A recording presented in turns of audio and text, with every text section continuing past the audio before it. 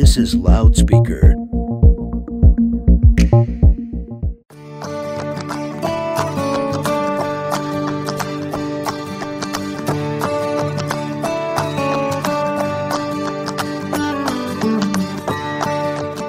Hi, and welcome to Connecting a Better World, where we spend time meeting some of the most incredible human beings who make this world a better place.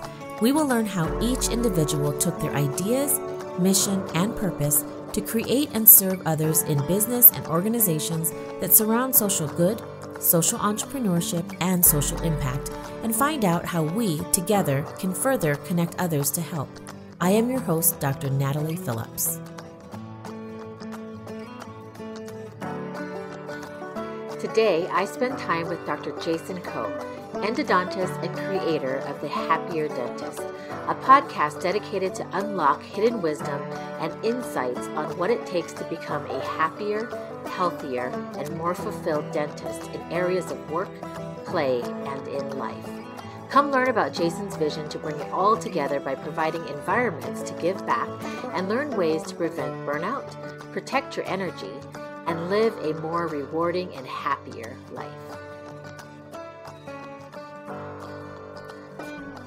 All right, so Jason, my dear friend, Dr. Jason Koh is with us, and it's really cool because I've gotten to know you through Clubhouse. You've been a great supporter of our room and our community, even helped us raise funds for the Glow Getter Foundation and some scholarships. And then to find out that you live right here in Colorado was kind of cool, because then we had sort of a community get together, and I got to meet you in person and your beautiful wife, and it was really kind of a neat extension of the connection that we've made on Clubhouse. And so welcome to the show. So glad that you have some time to spend with me today to talk a little bit more about you, what you're working on. Well, thank you so much, Natalie, for having me on. I'm honored to be a guest and really so excited to have you be in the same neighborhood and to be able to meet in person, put a face to a name and a voice and everything else that we all kind of see and hear on Clubhouse. It's been really great. Yeah, thank you so much. Yeah, really cool. All right. So let's get my listeners introduced to you. So tell me a little bit more about your story and who you are. Well, I guess I could start with what I do for a living. I'm an endodontist, so I'm a dentist who specializes in root canals, and that typically means that I'm serving a lot of patients who have a lot of anxiety and fear around a certain type of treatment. And so recently I've been getting into more of the human side of dentistry where, we're teaching mindfulness and we're teaching empathy and we're teaching, compassion and that type of thing, because sometimes it's not really taught in dental school. And sometimes it's not an innate nature in some of us, right? So I think that a lot of patients get bad treatment, or they just have a bad experience overall, and then the doctors eventually will experience some level of burnout. And, it's kind of this vicious cycle, because this one nice patient, they go to a doctor who's already experiencing burnout, they get a bad experience, and then they're fearful and anxious to the next appointment. And then that nice doctor who's coming out of school, bright-eyed and bushy-tailed, eventually starts to become a little bit more jaded and a little bit more burned out over time because of those kinds of patients. And it's just a vicious cycle. And it's something that I've noticed throughout my journey as a dentist. I've been practicing for about 11 years now, but only about 6 as an endodontist.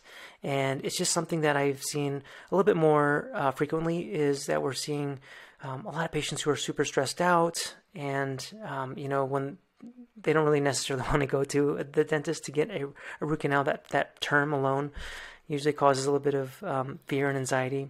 And what I'm trying to do is find ways of helping both the patient and the doctor, and really overall the field of dentistry, to provide better experiences. And so I started a podcast, and we're trying to teach a little bit more like health and wellness, because I think that, as healers, as doctors, we typically pour so much out of our own cup that I would just say we rarely pour into our own selves. And, you can't pour from an empty cup, and it's not sustainable after some time. And so the podcast really helps to basically be a reminder, like, hey, got to take care of yourself. You got to eat right. You've got to exercise well. You got to practice mindfulness, and a lot of the things that I guess a lot of the guests that I have on my show are really big into yoga and meditation and just eating well and breath work and those kinds of things. And I find it to be very fascinating that this kind of stuff has been around for generations. It's been around for hundreds, if not thousands of years, and just been passed down the line. But sometimes, and I think kind of a new trend this year is like a lot of the old is new again. And I think that rings true. There's all this ancient knowledge and wisdom that we do know about, but we just don't realize how important it is for us. And so I'd like to have guests who talk about yoga and mindfulness and meditation, sleeping, breath work, those kinds of things. And I think if we can become a more whole person through these kinds of practices, then we can be a better doctor and be a better servant to our patients. And so that's kind of what I've been getting into this year. It's been on my mind for a while, just observing. Even as a student, I've always talked to my classmates, and you kind of see their journey, see what they're going through in their lives. Sometimes it's their aging parents, and sometimes we become parents along that journey, and so it's a lot of stress. And when we get out of dental school, of course, we're not learning how to take care of sleep and rest and all these different things. But we get out and life becomes super busy, and there's all kinds of things being thrown at us. And so, we're kind of doing those same habits that we started with, which is not sleeping, not eating well, and really just trying to take on too much too fast.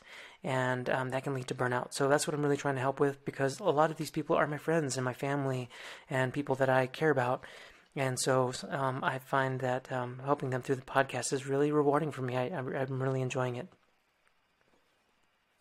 You know what's interesting as I'm listening to you as well, we're both Asian. So for those of you who are listening by audio, what's interesting is I just feel like and I might just be making an assumption, so I'll change it to, I just feel like I may have been in kind of an environment where it wasn't really rushed, but it was constantly like, you have to be working, you have to be doing this, you have to be doing da da da da da da, A, B, C, D, and when you're done, then you got another row, right? And so what you're teaching really is for people to slow down and be a little bit more mindful of what they're doing, right? And do you feel that, did you have an upbringing like that was very much fast paced, or you were always chasing something, right?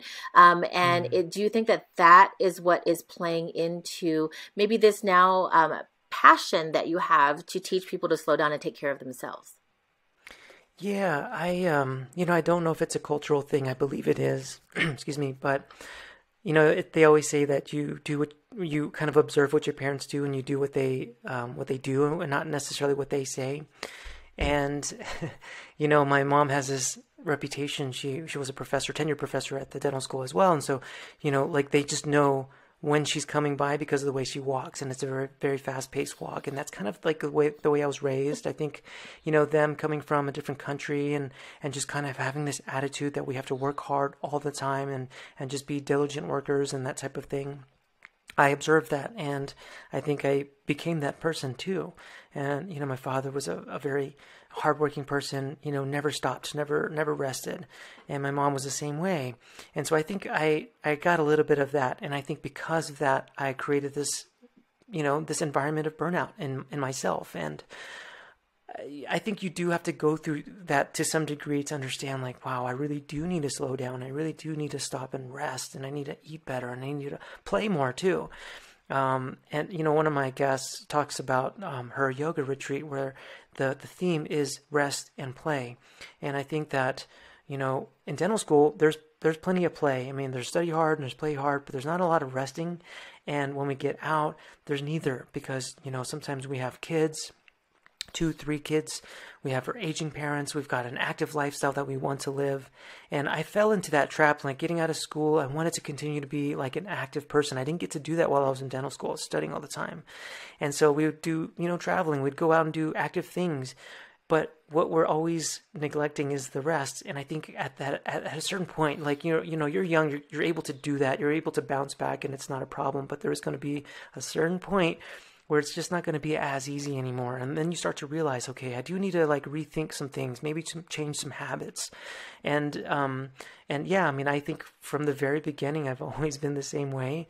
And recently I've been realizing I do need to prioritize rest and slowing down, through breath work or through yoga, through meditation, practicing mindfulness. Those kinds of things were completely foreign to me. I had no idea what that concept was until actually I got injured. I was practicing dentistry for a few years at that time, and I got injured, and I finally read a book on my table that had been sitting there for years, and it really kind of introduced me to business and entrepreneurship and, leadership and communication and those kinds of principles. And then it just kind of leads you down this path, like to thinking about other things that, as someone who's studying science all the time, we don't necessarily get that information all the time. So yeah, definitely, I think growing up, that's just kind of how, we just kind of observe what our parents do. And I think, it doesn't necessarily have to do with like an Asian upbringing, but I think that is a common thread that from all the Asian colleagues that I have, definitely they're all the same. So there must be something to it. Yeah. Do you remember the book that you read that kind of taught you about business and entrepreneurship? Yeah, and it wasn't necessarily a personal development or self-help kind of book, but it was The 4-Hour Workweek by Tim Ferriss. And Tim Ferriss is all about doing things efficiently, thinking about how to maximize things. And in that book, he talks about really leveraging time and, money and, even geographic locations. And so that was like, it just opened up my eyes to like, wow, there's a whole new world to people like Tim Ferriss and books like The 4-Hour Workweek and those kinds of principles. And, then I found people like Jim Rohn. And, Jim Rohn has a ton of great quotes that I live by. I try to live by, at least. And it's just like, wow, why couldn't I have found out about this world a long time ago? But I'm grateful that I found it at some point, even though, we might think, it could have happened 20 years ago. But as long as you find it, you pick it up, you read it, you start implementing it, that's all that matters. So you talk about this concept of rest, and instead of just applying it to yourself, what made you feel or have that passion or that urge to take it a little bit further than just, hey, I need to work on myself and get me to be able to rest and repair my body and my mind, right? But what you're growing with the Happier Dentist and with some of the other things that we'll kind of get into as well, was there something that inspired you to take it a little bit bigger, to get to a little bit bigger now, but a lot bigger in the future for other people to benefit from what you're learning as well? So what was there a role model? Was there something that inspired you to take this bigger than just yourself? Because a lot of people can just say, well, I'm going to work on me and that's it, right? But you're taking it larger by doing something like a podcast and broadcasting what you're learning, as well as some of the other things that we'll talk about. So what made you feel that it was important enough to take bigger than just yourself? That's a great question. I never really thought of it that way. When I started on this path of, I think I should take it back to my parents, because, and my dad was always the kind of person that would just want me to, he'd want to prevent me from having any kind of sorrow, any kind of, pain in my life, any kind of trouble, those kinds of things. He was always the type of person that would always try to warn me about stuff and, prevent suffering, that kind of thing. And I know that me personally, I did feel some degree of that. I think we all have. We feel burned out because we're mentally, physically, emotionally, spiritually drained. And I know that I'm a curious person. So, when I see these kinds of things happening in my own circle of friends and my family, I kind of wonder why that is. And I feel like when I'm listening to these stories, going back to my, personally, how some of these things have helped me, I know that this is great information that should be shared. And sometimes people don't want to ask for it. Sometimes they're embarrassed, or maybe there is a little bit of ego, or they're a little bit scared to kind of bring that to people's attention. And so I think with the podcast it's great because they get to listen in. They don't have to necessarily ask me. They can just listen in on an episode. If they see a title and they're like, wow, I think that could be useful or helpful. They can kind of dig into it without even having to ask me, without feeling like they might be embarrassed or something like that. I think maybe that's the reason why. But I do feel like, I've spoken to so many people, and I see it online, and I see it on the forums. I hear it on Clubhouse. I mean, and people are having a tough time dealing with the stress and burnout that we overall, as an industry, is a very high percentage. Unless you're finding a balance, unless you're finding some kind of hobby or some kind of side hustle or something to keep a balance, because the ones that I see that are just all about teeth and all about dentistry and living that life, they tend to not, last in the field as long as somebody who might be a yoga teacher on the side, or they've got a little boba tea shop or something like that. Just something to kind of mix it up a little bit, find a balance. Sometimes it's just traveling. But we all need to find something to do in order to kind of keep that going. And what I like to kind of teach in the podcast is that, and this is what I'm trying to do and live by example, because, this stuff is new to me, but we're learning, right? And sometimes we feel like imposter syndrome. Sometimes we feel like, why should I be doing this? I should be staying in my own lane. I spent the last 10 years studying dentistry, $500,000 getting my student loan debts to give, this and that. My parents are going to get mad at me if I do, so, if I step outside of that, they're going to think I'm crazy. But I think ultimately, and this may be an unpopular sentiment, but I think we should really work in our prime as dentists. That might be 10, 15 years, and then start to get out of it. And when you're in your 40s and your 50s and your 60s and your body's hurting and it's not able to bounce back as quickly, then we really need to start picking up a side hustle, something that we can really be passionate about, something that's not dentistry.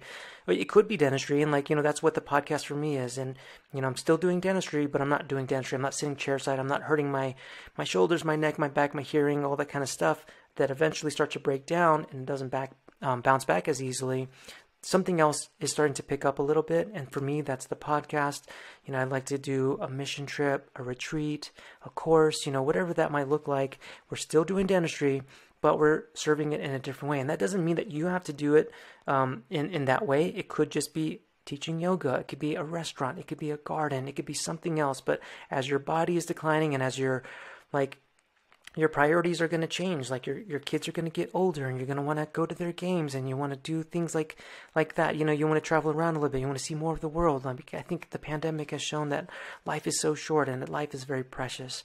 And the time that we spend with one another is uncertain sometimes. And so we really want to maximize those moments as best as we can. And sometimes we don't want to be sitting down at an office, bent over with a rude patient and, something like that, where we could be doing something else. And if we're in our 40s and 50s and our prime is starting to decline a little bit, but the other thing that we have going on in life is starting to get better, it's starting to grow, it's starting to snowball into something bigger and something that may eventually be able to supplement your income or replace it at some point as a dentist, so that you can take a step back from it and then focus on the things that you have a little bit more priority for, such as family.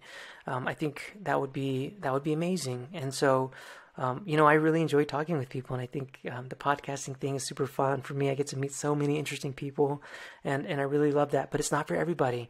And so whatever that is for you, I really want to kind of teach that, go do that, try it out, and experiment a little bit, because it does take some time to find what that is for you. So I hope that answers the question. Sorry if I rambled on a bit.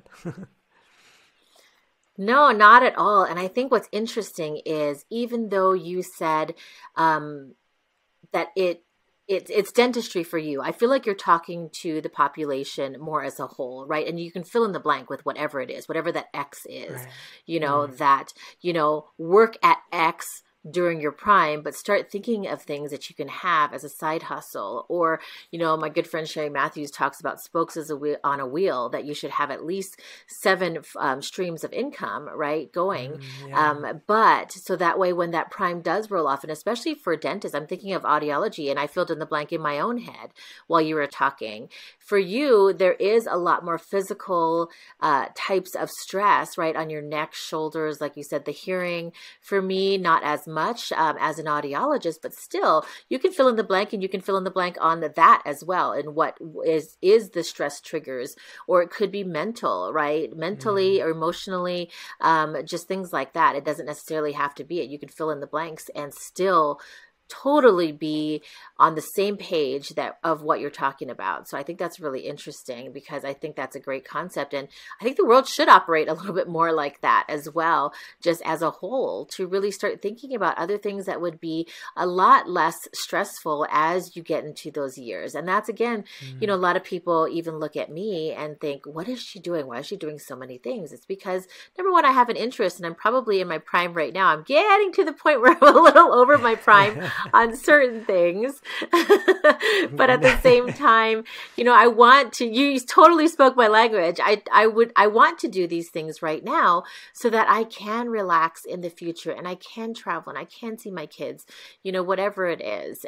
So I totally understand where you're coming from. I think that it's really, really great. It really explains why it's so important, with the question that I asked you, as far as why not just do it for you? Why do you need to make sure that everybody can understand this and live happier, right? And so I think with the happier dentist, there's much more that I think that you're going to walk into, like you had mentioned, because it's going to expand more beyond just dentistry as well. I think there's a lot of people that can relate to what you just talked about. Going back to your podcast, you had mentioned a few of your guests. How do you find them? And what are some topics or guests you might be looking for your podcast? Well, thank you for asking about that. A lot of the guests that I have found are, especially in this age, online, Facebook forums, asking questions, just networking and that kind of thing. I found quite a few through Clubhouse, and I kind of mentioned that on the podcast too. It's like, I found this guest on Clubhouse, and it's really easy because you can just do a search, and then you can, just type in what you're looking for. So for me, I found a sleep expert that was a pediatric sleep expert. I found somebody that was, somebody who practices yoga, and there's different types of yoga. And in this one case, she really helps kind of, her name's Josie DeVideo, just kind of slow down a little bit. And so you're doing more like stretching and that kind of thing. But there's another type of yoga that's more breathing. And we have breathing experts. We've got somebody who does philanthropy. So they're trip leaders for mission trips that travel around the world. And they do some really amazing things over there. Most of them are definitely, I would say, through Clubhouse. And I haven't been on Clubhouse as often. I would say a little bit less active because things have been quite busy. But yeah, definitely online and through word of mouth. I found quite a few just from recommendations with others after having them on as a guest, and just trying to start conversations and seeing if there's an alignment there. And I've been really enjoying that. I think there's so much to talk about. I'd like to have, people who are like chiropractors and physical therapists and audiologists like you, because dentists, we all have our own occupational hazards. Like you have some, we have some, they're all very specific to our own bodies and how we, do our work. And so, for us, we have hearing loss, we have tinnitus, we have shoulder pains and back and neck and wrists and all those kinds of things. I'd like to bring on guests who talk about grief, because, especially during this period of time, as a clinician, as a healer, we can notice certain behaviors and patterns in patients, in our team, or, in ourselves. And, if we've gone through some level of suffering ourselves, how do we deal with that? How do we, sometimes we're the earner in our family. We're the only earner in our family. We might be a single parent, and then yet we have some loss in our family or something that's going to cause a little bit of grief. How do we handle that? How do we lead our team and not have it rub off on them? How do we not take it home? We have family and marriage experts who come and talk about those kinds of things too. So I try to bring a spectrum of experts and those kinds of people who can help a dentist through the challenges that we deal with as a doctor, as a physician, as a healer, as a clinician. And then I'd like to talk to other dentists or other physicians, other doctors who have really created that own sense of balance for themselves too, so they can kind of share their secrets with others, so that we can maybe just get a little inspiration, let us know what's a possibility, because sometimes we put ourselves in a box and we don't understand there is another way of thinking about stuff or another way of approaching things because of our upbringing or because of our culture or because, just the way we are, the way we're wired and the way we think we're wired. But a lot of that is something that takes a little bit of you notice it and you find that there's something that can be tweaked or fixed, just by talking to somebody, just getting a different perspective. And so like, I really want to try to find guests who can bring about a different perspective, something that's maybe a little bit woo-woo to you right now. But, after really thinking about it, hearing about it, seeing the stories, seeing the transformations, then it might change us as a person. It might kind of start that progress. For me, it was that book, right? And it could be anything. It could be, at least I wasn't really aware of podcasts at that time. We didn't have Netflix that talked about these kinds of things. There was no YouTube about these things. It wasn't popping up on our ads, our feed, our Instagram feed, like every 5 seconds. And so sometimes if it's just a podcast, just listening to something, getting a weird idea, something that's a little esoteric, but it plants the seed, and then you kind of see this pattern, like, oh, I've heard that before, I've heard that before, I've heard that before. That seems to work for that person. That seems to work for that person. Maybe it can work for me. And so those are the kinds of guests that I like to bring on, someone who can bring a different perspective.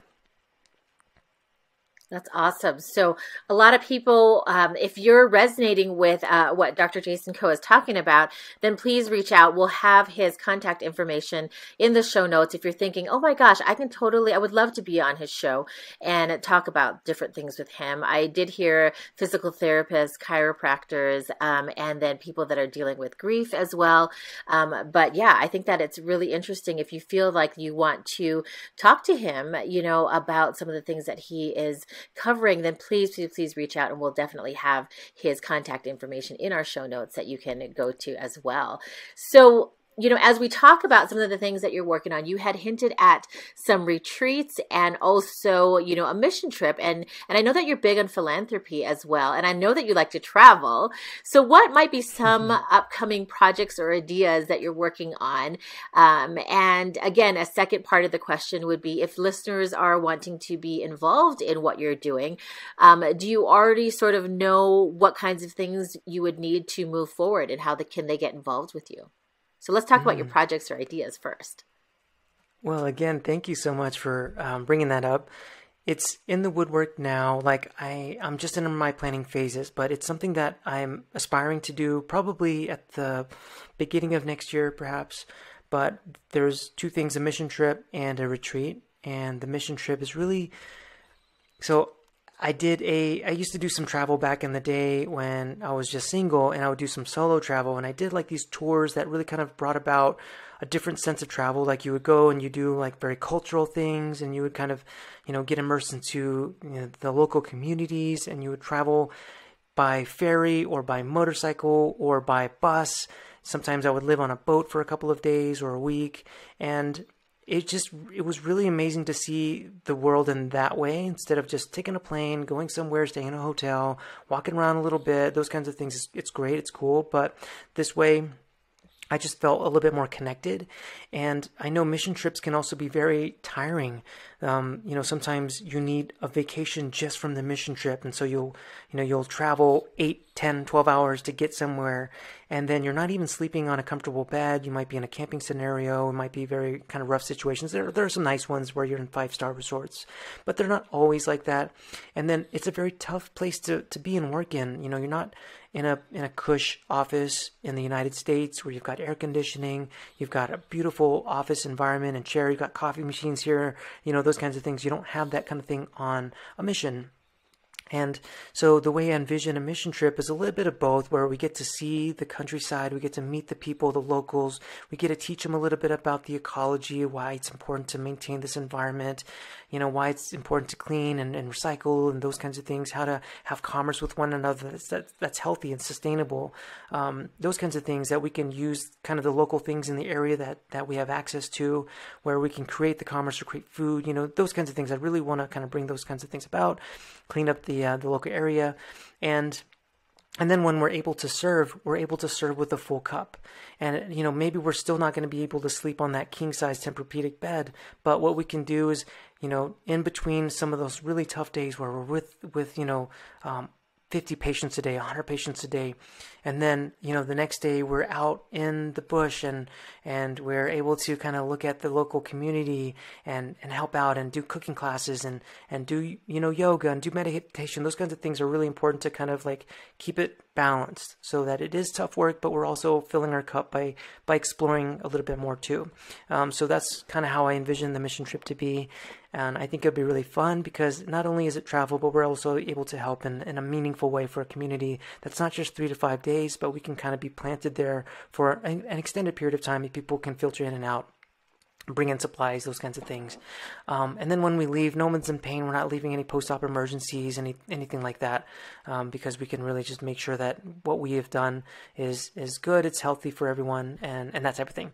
And then the retreat is really just, again, for doctors who are experiencing some level of burnout, and we need to kind of refill our cup. And so we bring in people who are sleep experts, and they're, someone who's really big on nutrition, and somebody who does some kind of physical exercise. It could be yoga, it could be something else. Those kinds of things are important because, then we're able to kind of learn a little bit how, just practical things, that we can take back home, not just what we're doing and experiencing in the retreat in that beautiful environment, but something that we can also take back home. And so that's practical so that we can keep it going, because we're only going to be maybe 3 or 4 of those every year. And so it's nice to be able to kind of find a space that is safe for all of us, that we can really kind of connect with one another in a different way and appreciate dentistry. We did a room in Clubhouse, like what is the gift that dentistry has given you? Because a lot of times we get out of the field and we feel kind of burned out and bitter about like, if I had the chance to go and do things again, it wouldn't be dentistry. And I think that sucks for anyone to come out of their career choice feeling bitter like that. And so if we can just kind of, reconnect our relationship with dentistry, sometimes it takes a retreat to do that. Because again, like this isn't always top of mind for people. Like I never thought about doing meditation or yoga or eating right, or, I don't know, like I was never raised that way. But if we can introduce these kinds of things to people, and for the ones who they already know about it, we're just kind of keeping that going. And I think that's a beautiful thing. It's a beautiful way for us to really reconnect with dentistry. I'm sure there's going to be great stories fireside about, what we're dealing with. And then we can always talk about ways of making things better for us too. And so that's really kind of how I hope to do that. If anyone wants to help me like organize, I was talking with somebody about just the politics involved, and there was quite a bit involved in that, and logistics about sometimes it's easier to just ship it over there, or kind of collect it over there and then travel there with as little on hand as possible, because if you're traveling with sharps, medication, drugs, whether they're medical grade or not, that can be kind of tricky. And so, we were just talking about logistics. If anyone has any experience, my second guest, Dr. Peter Vanasek with Global Dental Relief, he was, just offering up a lot of help. He was saying that he's happy to help organize trips and things like that. That was a great interview too. I really loved that one because like the intention of going into that trip was just, I don't know, it was just beautiful. So if anyone is interested in not only helping to organize and run, but to be a part of it and to do it with us, we would love to chat and connect with you. Yeah. Awesome. No, I think that's wonderful. I was wondering whether you had started at least the talks or kind of gathered together a core group of people that could help plan or really talk through, like you said, the logistics. I think that's going to be the biggest thing, because I know that there's a lot of groups that do it, but figuring that out in the travel as well as the contacts on the ground there to get what you need to get done, in addition to being respectful of the culture and making sure that you are teaching and educating as well, to maybe even have people on the ground that could do your follow-ups for you as your team moves on to maybe the next place, wherever you guys had. That would be really good. But I think that having some people that are interested in mission work, and even it sounds like even to be part of the actual retreat, to teach things like yoga or taking better care of yourself, or who could be interested in the country's ecology, to do some research and do some education as well, would be someone that could be super helpful. Yeah. Yeah, absolutely. And Awesome. I even had like teachers, they're middle school teachers who volunteered to just say, hey, we'll teach English and we'll teach arts and crafts and we'll teach those kinds of things to kind of, spread a little bit of joy for the kids. And I think it's nice for them to understand just the basics about English and how to converse with somebody, make them feel a little bit less anxious to meet a stranger and talk with them and those kinds of things. I think that'd be great too. So anybody, it doesn't have to be That's a dentistry. good one too. Aha, we know somebody. Catherine teaches Ah, communication connection, right? Yeah. that's right. That'd be interesting. All right. So, are there any stories or any experiences that may have touched your heart and is the reason behind this passion to give back this way? Hmm. Well, um, you know, so there's three things that with the Happier Dentist brand, I guess you can call it, there's three things that I really want to do. And for me, most recently, my father passed away from a very severe type of cancer called cholangiocarcinoma. It's a bile duct cancer. It's very aggressive and it's a very painful form of cancer. And so one of the things that I really wanted to do with, so I mean, I can kind of like talk about there's a lot of projects that are underneath the Happier Dentist umbrella, but most all of it are really geared towards philanthropy and like providing funds for something. So cholangiocarcinoma, because there's not a lot of research available, there's not a lot of treatment modalities for it. And so, I feel like my dad wasn't able to get good care because there just wasn't a lot out there. So it's either in the form of trying to fund research or find different ways or find a better treatment modality, or helping the families who are also suffering through the same kind of thing, because I know that we suffered quite a bit through that. And it was a very difficult thing to witness, and especially when there's not a lot of support. So one of the things would be for that, and the second thing would be the mission trip, because I think that giving back is really powerful. I think that it not only is it something that creates this really beautiful environment, it's a lot of perspective that we're going to experience. We're helping a lot of people, and it's something that gives us a lot of gratitude, which makes us happy at the end of the day. When we can give back and we give our time, we give back this tangible skill that is so needed in many parts of the country and the world. I think that really fulfills us in a lot of ways. And so that's really the kind of the genesis of all of that stuff there.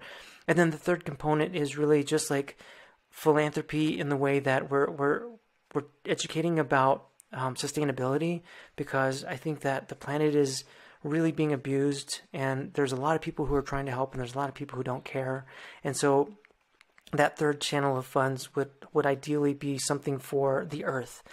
So those are the three forms of philanthropy that I'm hoping to achieve with this Happier Dentist brand and all the projects that I'm doing. And so all the things that we work on, try to have those kinds of things in alignment. Not necessarily, it's not always going to have the cholangiocarcinoma thing in there. My mom set up a fund through the dental school in Houston in my father's name, and I'd like to be able to play a role in some way for the families out there who are also going through something similar, and then the rest is just through dentistry type stuff. And to me, I think giving back has just, I don't know, it's always just in my heart. I don't know, there's not necessarily like a specific story, but it's just something that kind of tugs at my own heart. And I know that if I could do anything, and if I could help in some way, then that would make me feel very happy. So that's kind of the goal with that. I love that. That's awesome. Thank you. One of the last questions that I do ask, and first of all, did we cover everything that maybe you wanted to cover and introduce about the Happier Dentist before I ask you my last question? Well, yeah, Did we miss out on anything? So this is all new to me. I'm just a single, I mean, not single, I'm married, but I'm like a one-person show. And there are a lot of ideas and a lot of things that I'm working on. And if anyone is interested in coming to join the team to help out in some way, I would love that. I suck with social media. I suck with all these different things, but I have a lot of big plans, a lot of big goals, and it is hard, working and with all the other things going on. But so there is the podcast. There's a blog that will eventually come. It's basically taking the podcast long form, breaking it down into other pieces of content there. And then if there's a dentist who's looking for a job, I created something called The Profiler. It's a profiler.happierdentist.com, and it helps people find a job based on what's important for them as a human being. It's not like, yes, I went to this school and I have this much experience and this and that, but it's like how many people, like, okay, for example, I like being in a small group of people. Or a large group, I'm okay with that. I like working these particular hours. I like listening to this kind of music. I have tattoos and I'd like to show them those kinds of things. We're asking those kinds of questions because that's just as important. I've spoken to so many people where music is like at the top of their list of what's important to them.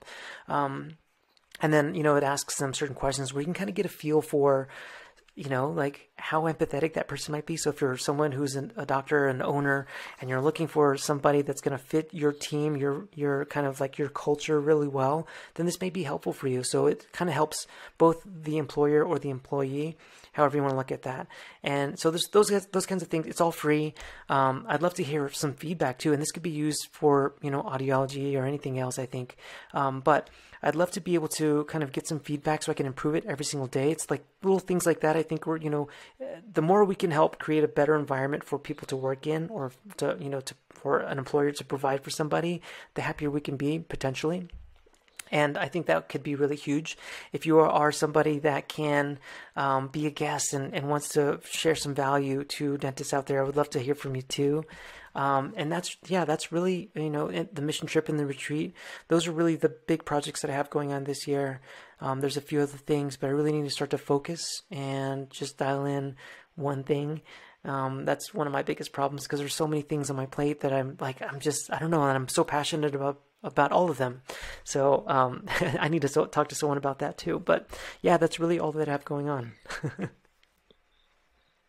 Awesome. I'm glad that you brought the profiler up because we didn't talk about that and I had forgotten.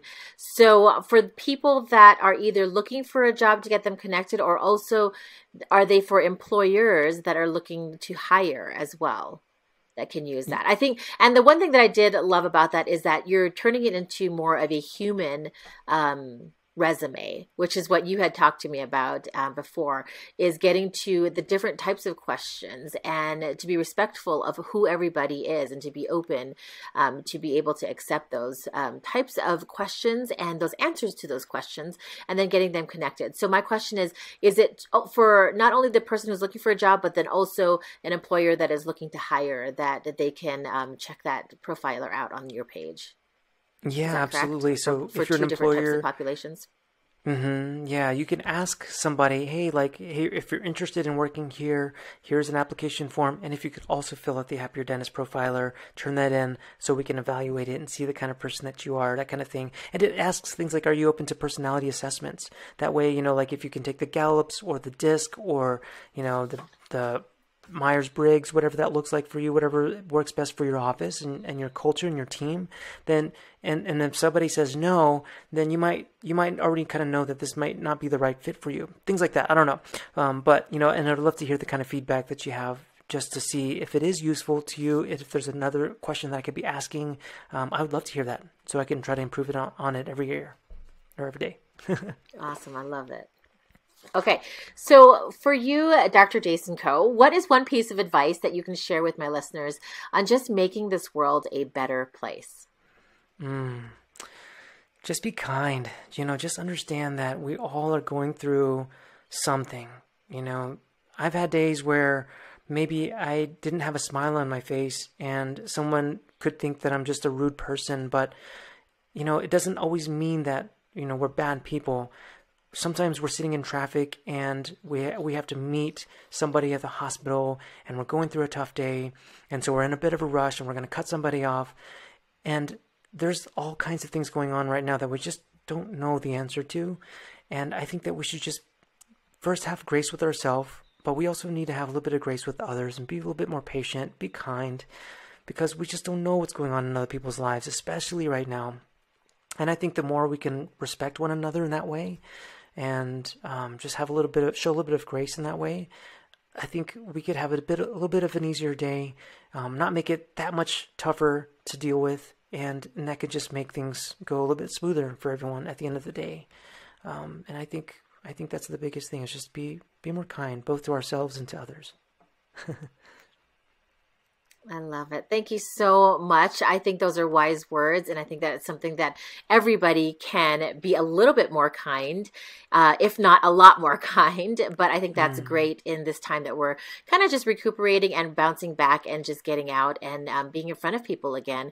That it's very, very wise to really keep that at the center of where your heart is and why you're there and why you show up for people. So thank you so much for spending time with me and sharing what you're working on, and hopefully we'll get some people connected to you and help you go faster and move forward. So thank you so much for your time again. Thank you so much, Natalie. And I just want to say I love what you're doing with this podcast and your show and all that you stand for.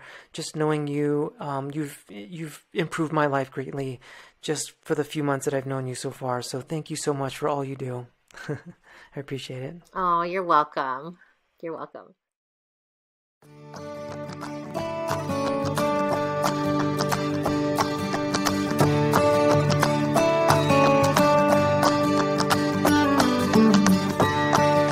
Thank you so much for tuning in to Connecting a Better World, and thank you, NoCo FM, for supporting this show.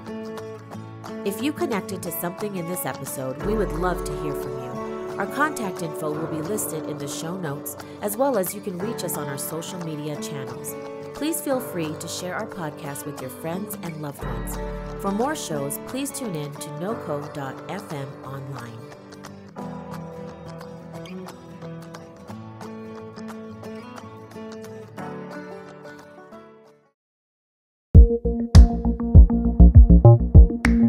This is Loudspeaker